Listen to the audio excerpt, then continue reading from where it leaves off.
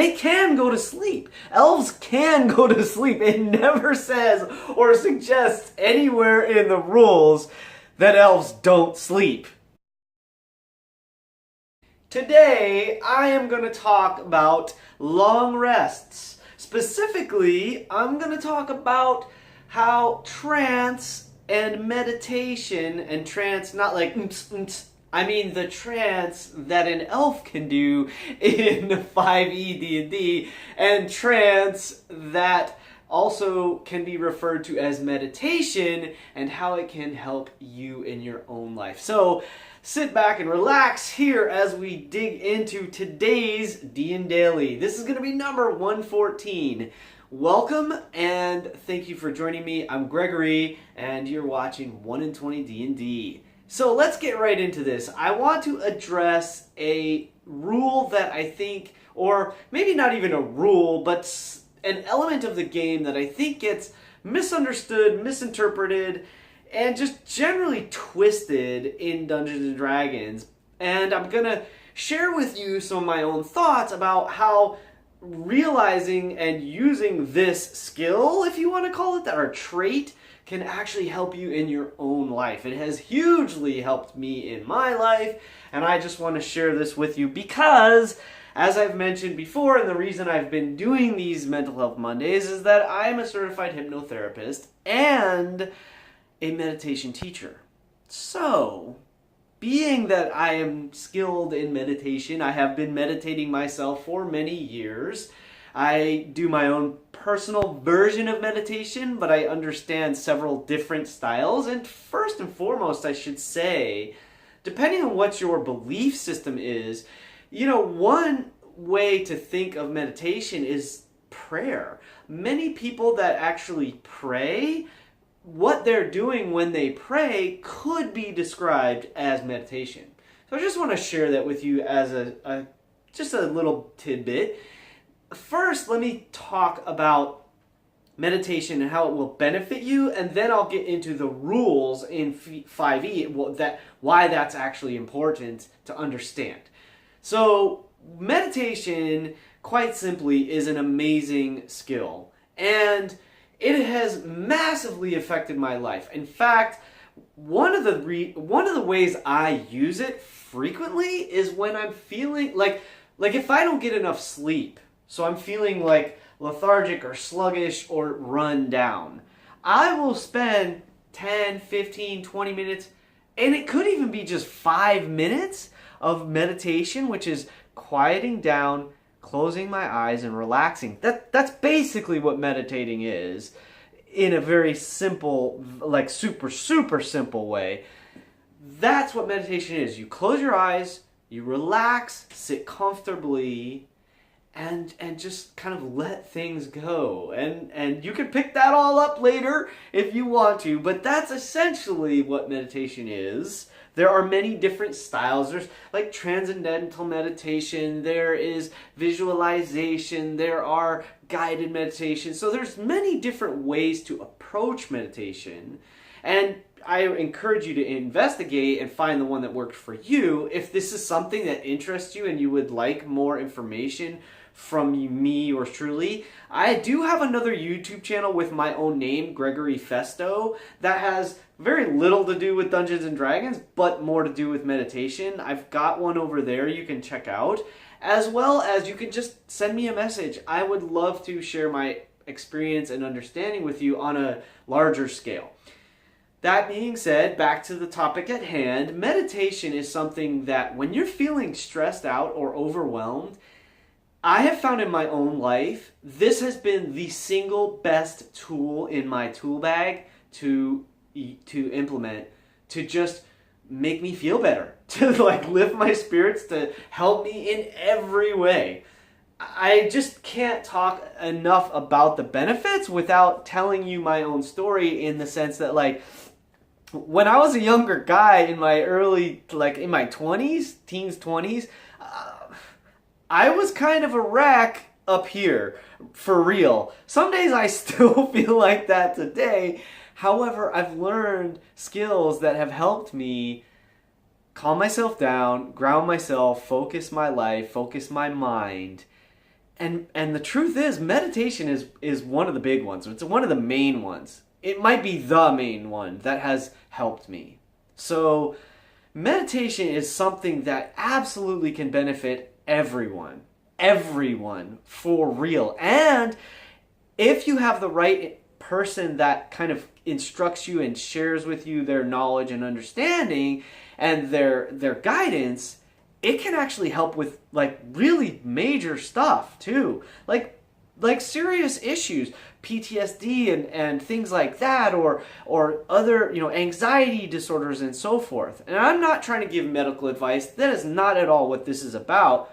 I'm just recommending and suggesting that meditation can help us resolve lots of issues in our lives. So I encourage you all to investigate some time and effort into exploring it. Try it out. Go on YouTube, do a search, find a video that you like, and try a 5 or 10 or 20 minute meditation and see if it's for you. Or go to a class, go to an expert, find someone that you connect with. I guarantee you it will improve your life if you practice it over time. I for a while was doing it twice a day, early in the morning for 15 minutes or so, and in the evening before I fall asleep for 15 minutes or so. Sometimes it's longer, sometimes it's shorter, and wow, it has made a huge difference in my life. Now, how does this apply to Dungeons and Dragons? Well, specifically, it applies to the elf. I'm going to switch over the screen here and share with you some information that will help us understand the long rest, and specifically as it applies to elves.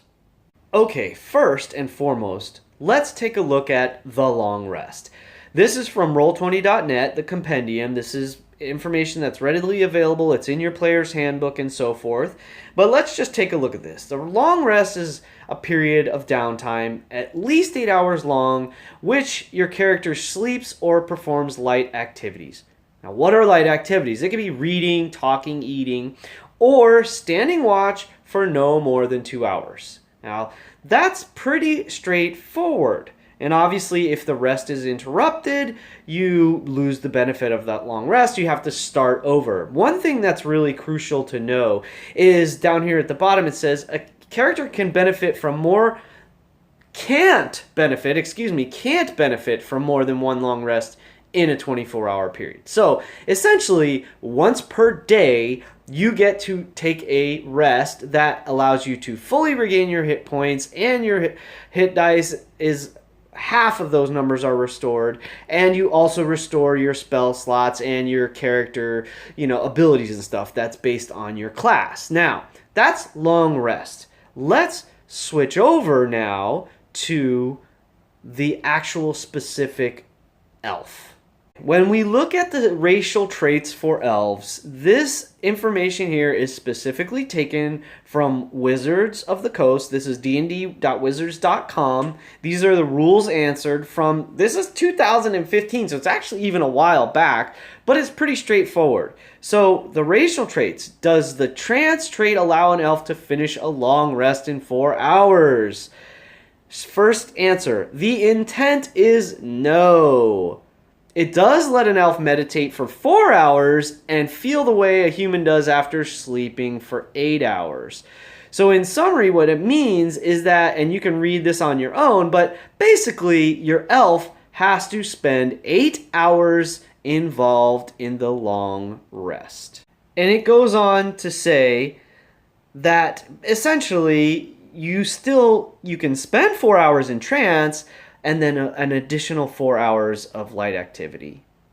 So you can see from that quick bit of information and this quick summary here, essentially an elf does and can meditate for 4 hours in order to get the benefits that a human would feel from a full 8 hours of rest and sleep. However, an elf still needs to take 8 hours for a long rest, at least in the rules as written. Now, it does say down there, if you keep scrolling, and you might have seen it if you're a fast reader, that the DM can always manipulate the rules. Of course, DMs can make their own judgment and their own determination.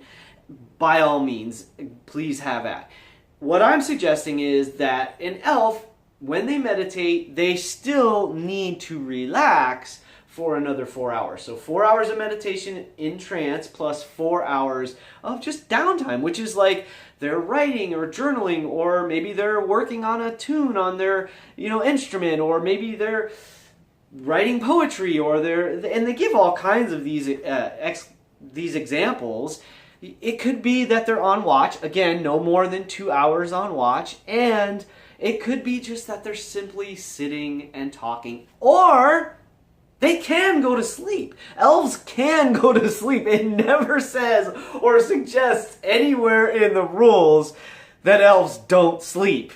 It's just that they don't need to. That's the whole point. The trance allows them to stay relatively alert, because when you're in meditation, you're still aware of what's going on around you to a degree. You kind of are retracting from your experience.